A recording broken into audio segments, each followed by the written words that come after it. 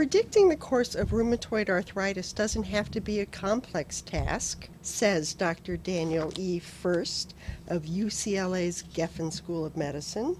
In fact, it's actually fairly straightforward.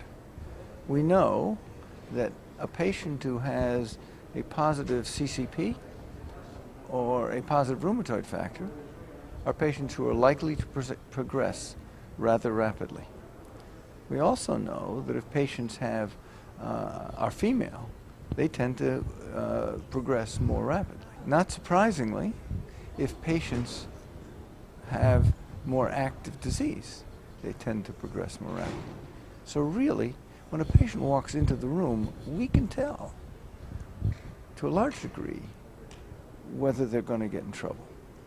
If they're a woman, if they have active disease, and after simple testing, if they have anti-CCP or rheumatoid factor, they're likely to be progressors. If patients are progressors, Dr. Furst says there are a number of tools available to physicians in order to help patients respond to therapy. I think there is actually more data with respect to response to methotrexate. There was a good study which showed that patients who are CCP positive tend to respond both clinically and in terms of x-rays much better than if they're CCP negative.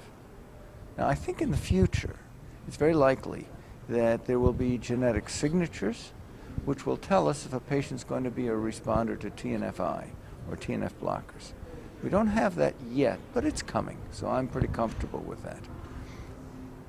Interestingly, there's also data that says for rituximab that the presence of anti-CCP predicts their response. In fact, if you're anti-CCP positive, you have about a 70% chance of responding, whereas if you're anti-CCP negative, you probably only have about a 40% response rate. So, we have markers for response to methotrexate, we have markers for response to rituximab, and we will have markers for response to TNF inhibitors. This is Sally Cubiton reporting from the annual Perspectives in Rheumatic Diseases meeting in Santa Monica, California, for Elsevier Global Medical News Network.